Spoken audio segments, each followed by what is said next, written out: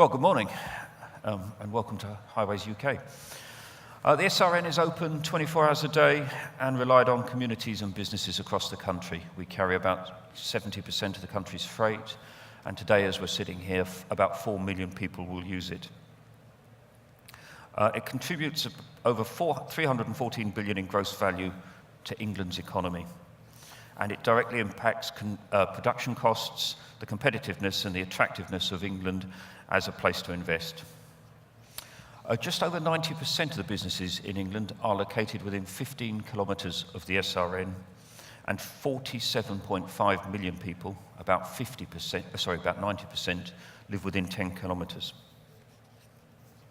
Listening to and taking on board what our customers say is hugely important to us, and today at Highways UK, we're launching a joint piece of research with Transport Focus, Road Surface Quality, what road users want from Highways England.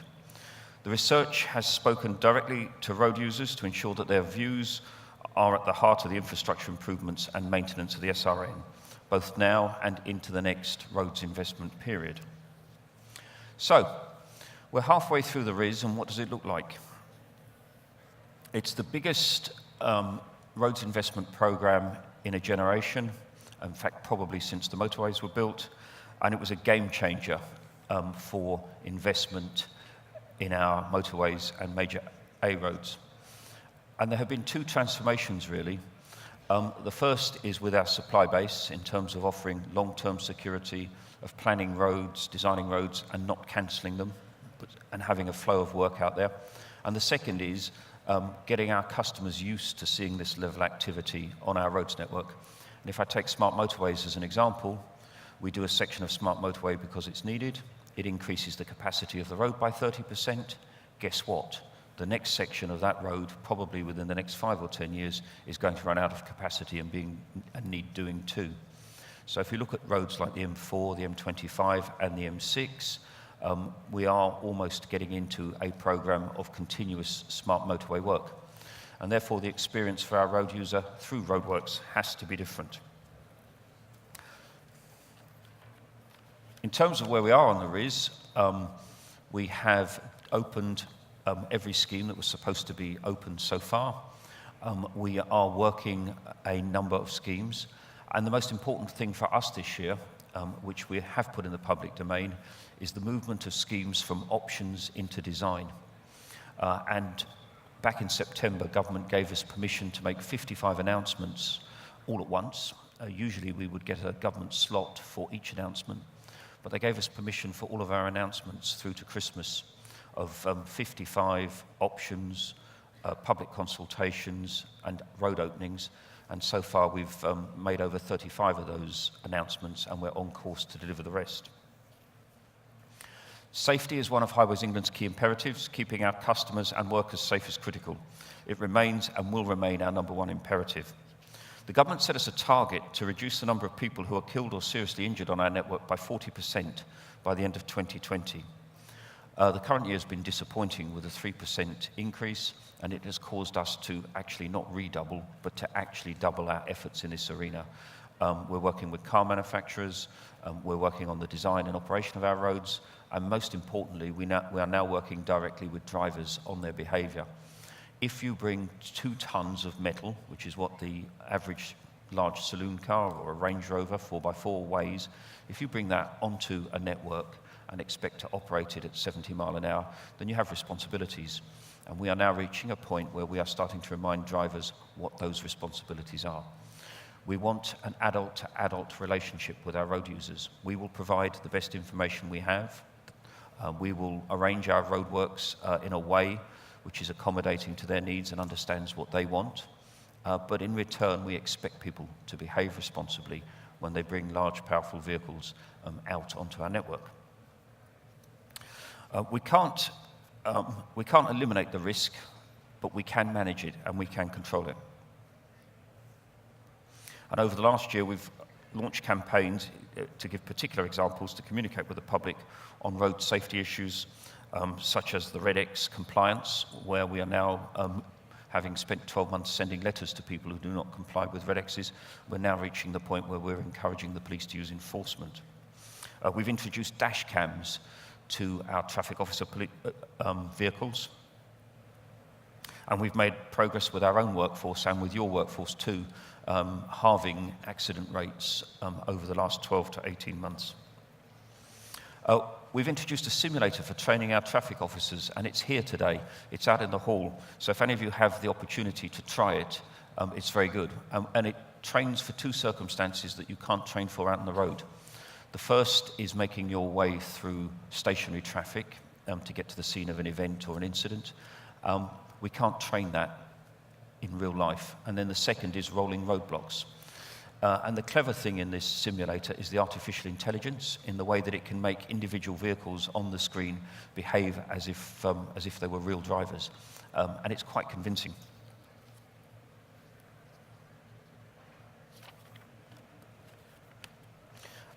We've worked with many of you to improve road worker safety, and we've particularly focused on vehicle incursions into roadworks.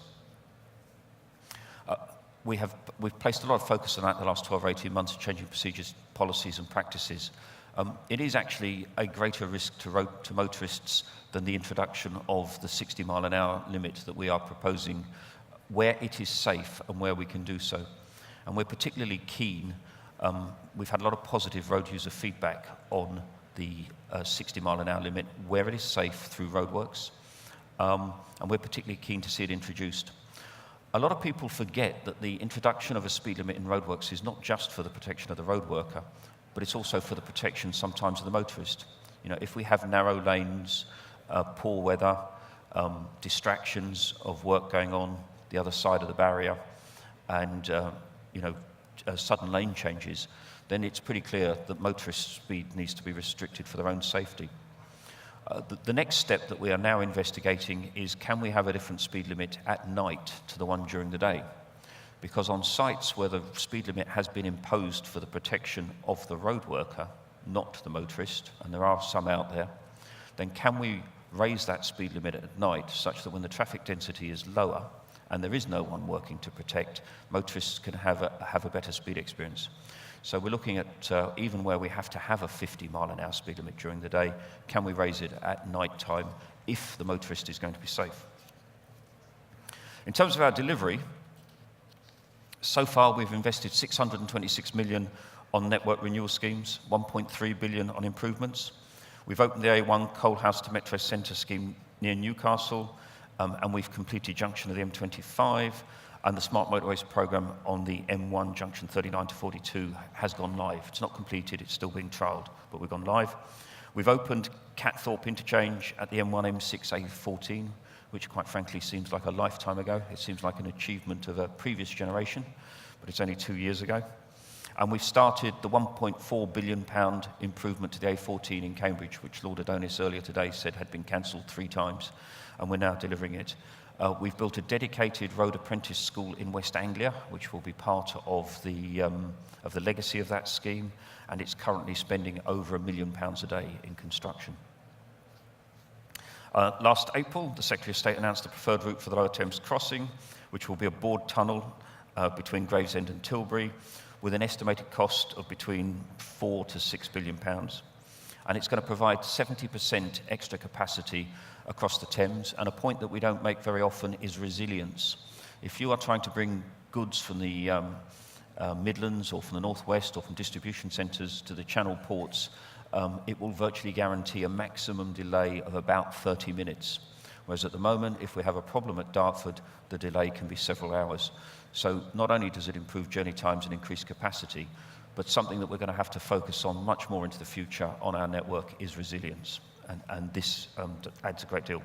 It unlocks 8 billion for the economy and facilitates about 6,000 new jobs.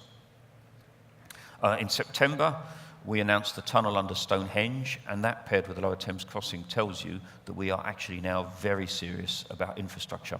They are both schemes that have been delayed and postponed and not even thought feasible a number of times, and we are now heading into production with both of them. In 17-18, we're starting 7 projects. We continue work on 20, and we will open 8 to traffic. We're going to complete the Smart Motorways scheme in Manchester, and we'll continue to deliver and add value through the designated funds. On efficiencies, we were set a target of delivering 1.2 billion from our capital programme, and so far we've achieved last year 169 million, surpassing the annual target by 30 million. It does ramp up for next year and the year after. This is baked into our plans. If we deliver our business plan, we deliver our efficiencies.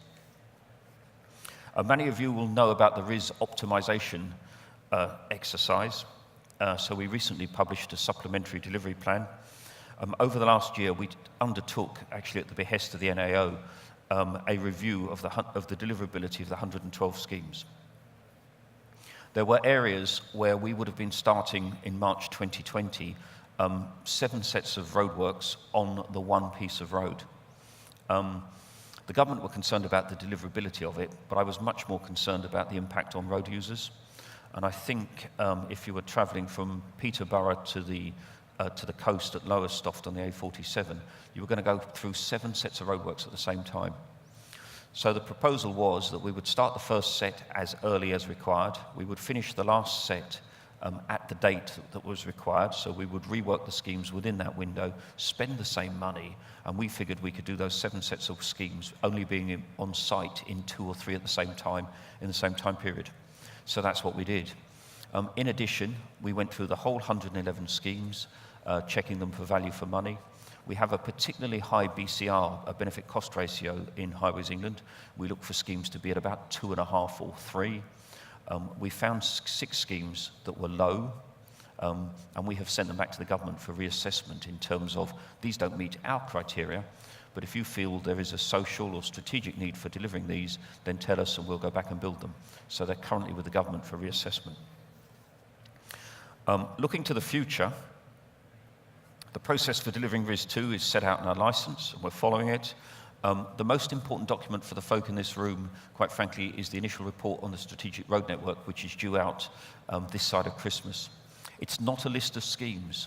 We have tried to stay away from publishing a list of schemes because we just get a bun fight about who goes first. What we have produced is a report which talks about the condition of the network, talks about where the network is under stress, talks about the types of technology that we might roll out, such as smart motorways, and engages people in the debate of what should this network look like for the long term. We will collect feedback on that report, and then the DfT and ourselves have a sort of a series of publications, one then the other, which will turn that into what are the proposals for the next 5-year road programme. I expect the 5-year road programme to be based around the volume of year 5. So we have ramped the industry and its ability to deliver up to that year 5 level of about 3.5 to 4 billion, and then I expect that to continue, maybe slightly larger through RIS2. One of the things that I was asked for when I first came into this role from our supply base was stability. I don't think we could claim it was plain sailing, but our order book is certainly much more stable than it was 2.5 years ago. And I think if you start to look at RIS2 and engage with it over the next 12 months, you'll find that we are looking for even greater stability through that. 2020 sees the SRN funded from the National Roads Fund, resourced in the vehicle excise duty, paid for by motorists in England. I think that for those of you that are involved, particularly in the layout of roadworks and speed limits in roadworks and information signs in roadworks and keeping roads clean and having signage clear, having white markings in the lanes clear, getting schemes started and completed as quickly as possible, at that point, I think that the road user turns into feeling they are a paying customer. When we are taking £140 and government is saying that is being used to fund the road network, I think we move a bit closer to the Network Rail road where people feel we're paying and we expect it to be as good as it can be. And we have about 2 years left to persuade people that we're on their side. But I'm absolutely convinced that customer perspective, we have it already, but I'm absolutely convinced it's coming from the customer side as soon as they go onto that DVLA site and it says, your money is being used to fund the road network. So we have got to get ahead of that curve. So it's really essential that RIS2 reflects the needs of road users, and the DfT consultation starts in December. I urge you to be involved in the consultation. We also use a phrase beyond consultation, which we talk about engagement. that stand out there with all of our people on it is a great place to engage, and we drag people from the heart of our organisation and bring them out. You're not talking to the comms department, as good as that is. You're not talking to the corporate strategy department, as good as that is. You'll find that it's the commercial and procurement people, the major projects people that are on the stand.